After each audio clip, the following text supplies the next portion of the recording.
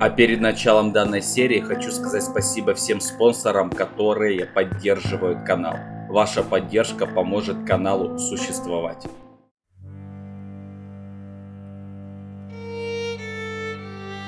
Зеленый театр имеет богатую историю, но сейчас стоит в запустении. А в некоторых кругах даже считается, что это мистическое место.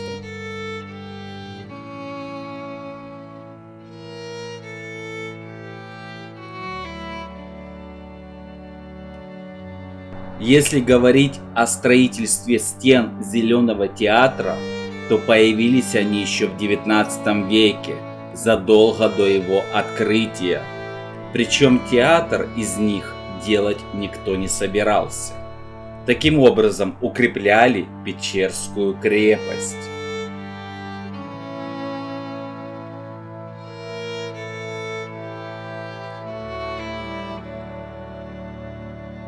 Две опорные стены построили, чтобы закрыть ими Яр и сделать трудный подход к Печерску со стороны Днепра.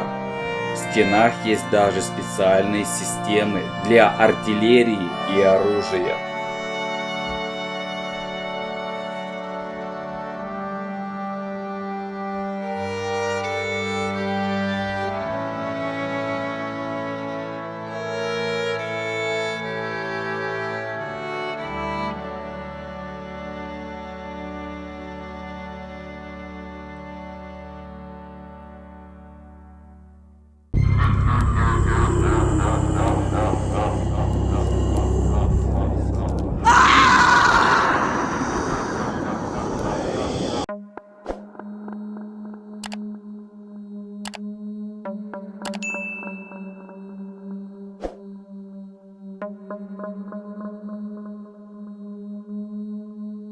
Верхняя стена будущего Зеленого театра была построена примерно в 1853-54 годах, а нижняя, та самая полукруглая стена, достроена уже в 1856 году.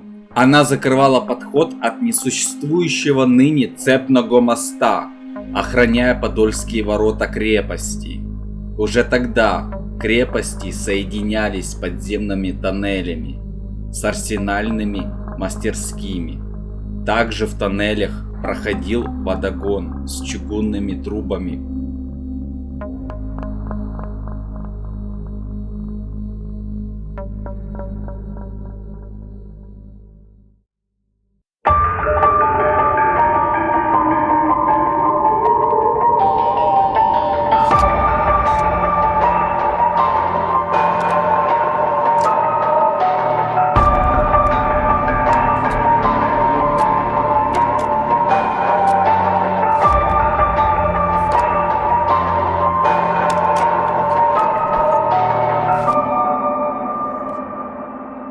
Искатель призраков.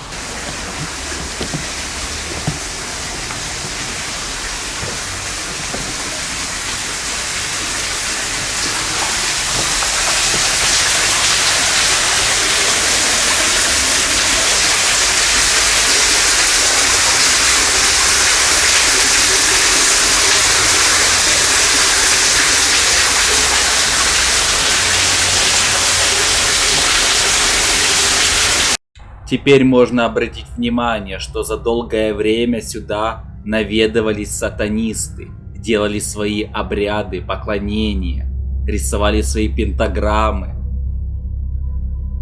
На каждой стене практически можно увидеть сатанинские знаки.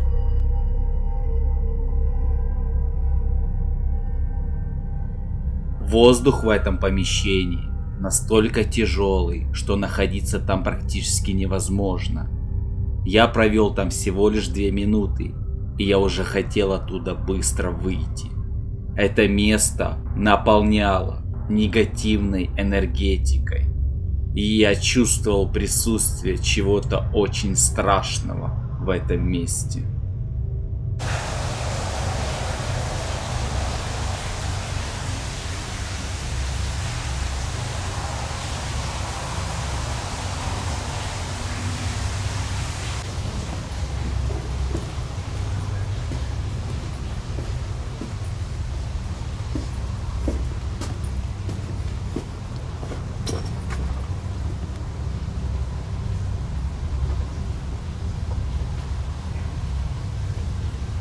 Присмотревшись в это маленькое помещение, я увидел очень много обгоревших стен.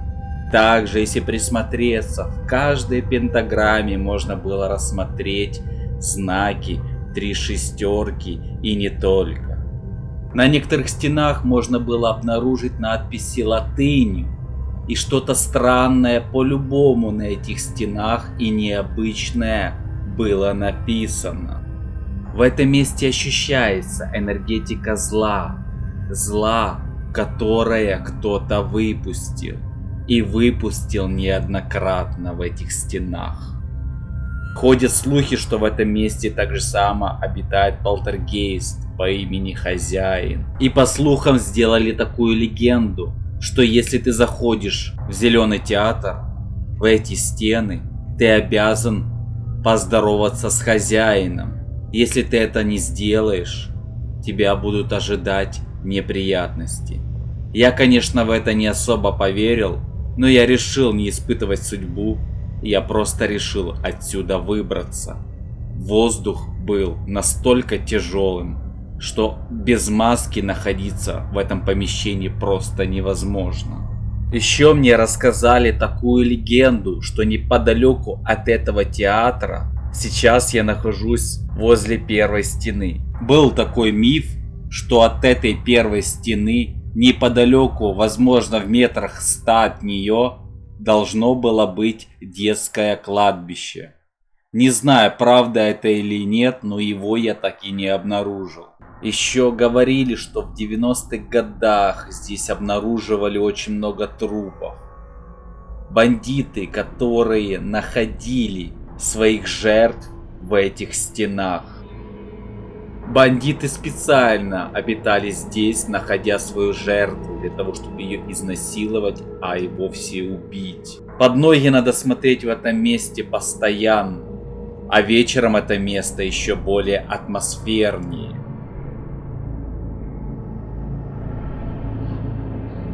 Но не прошло и 5 минут, после чего я увидел странную женщину с ребенком. Почему-то меня в этом месте начали окутывать темные мысли. Я сначала начал переживать и думал, что возможно эта женщина хочет сделать что-то очень плохое.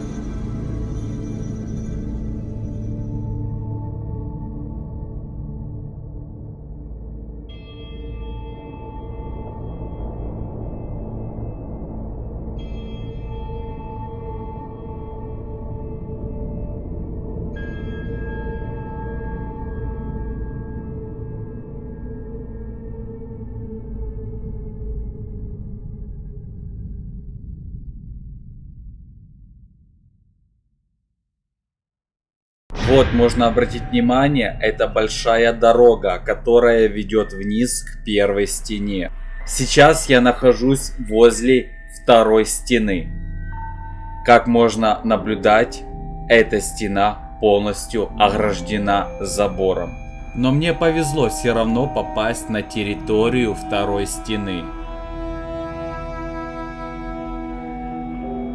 Еще 2 года назад это помещение служило комнатами, а также туалетами для посетителей. Здесь даже делали концерты возле второй стены.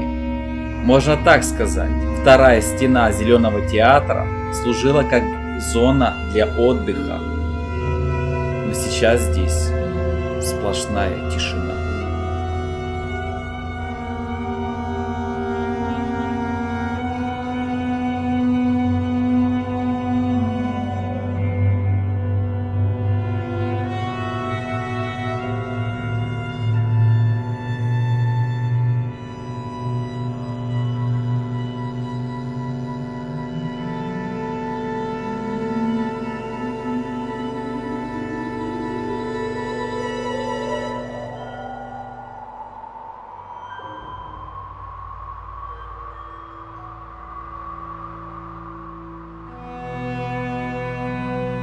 Можно обратить внимание, что еще в этом здании в очень плохом состоянии, но остались диваны.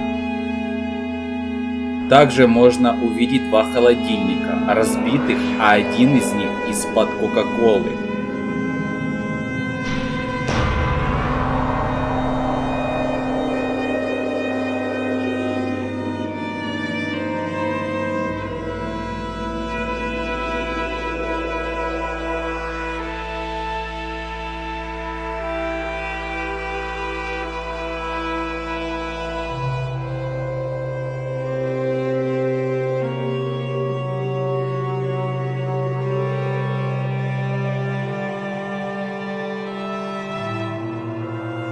Тонны мусора и очень противный запах.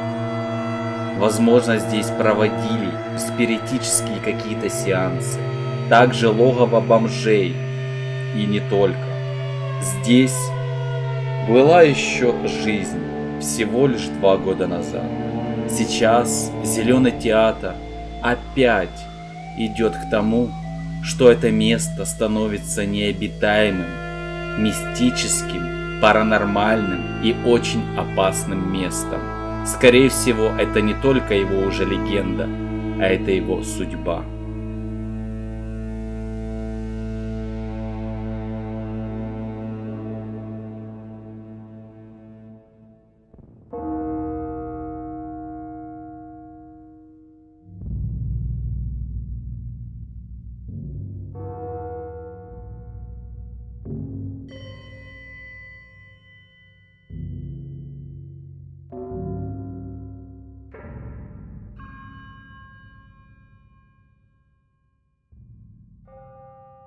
Мне повезло, я еще успел увидеть остатки сидушек от стульев в маленьком помещении, закрытое дверью. Хотя, сложно сказать, что эта дверь была закрыта. Видно остатки из-под бутылок алкоголя, а также очень неприятный запах.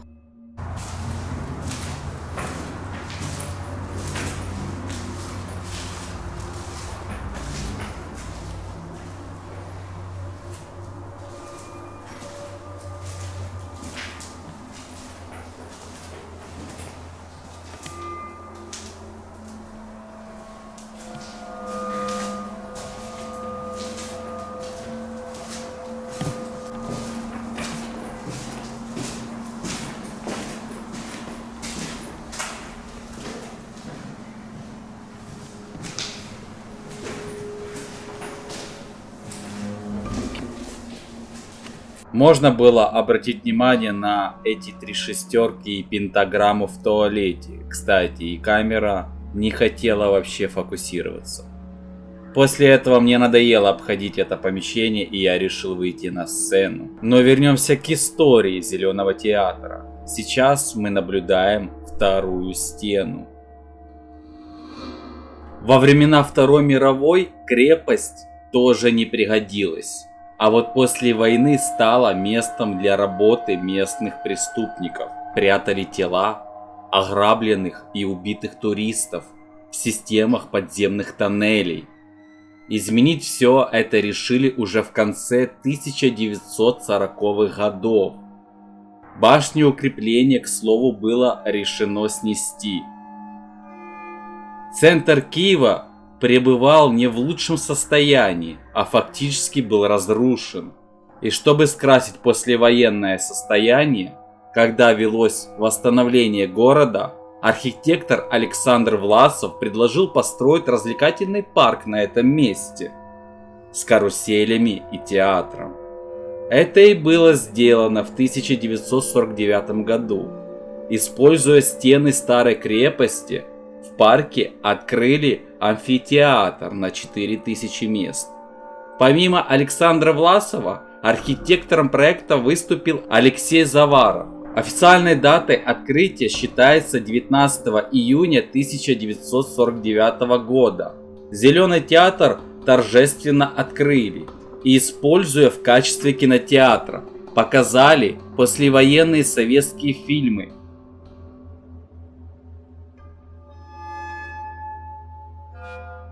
Зеленый театр, который открывался в качестве послевоенной реабилитации города, постепенно терял свою популярность. Ведь через время открылся и Жовтневый палац, и пляжный гидропарк, который в первое время был невероятно популярным.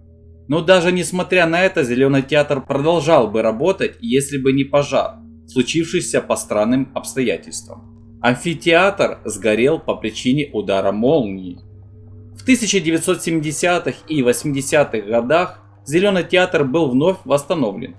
При восстановлении театр был укреплен, и к нему были добавлены балконы, однако в него уже мало кто ходил, и постепенно место начало становиться заброшенным.